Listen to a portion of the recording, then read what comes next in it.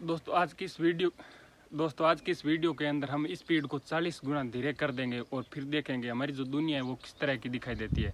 तो हम आज की इस वीडियो में स्लो मोशन के अंदर देखेंगे जो हमारी चीज़ें होती है वो किस तरह से दिखाई देती है। तो अभी तक आपने वीडियो को लाइक नहीं किया तो लाइक कर देना। चलिए वीडियो को स्टार्ट करते हैं।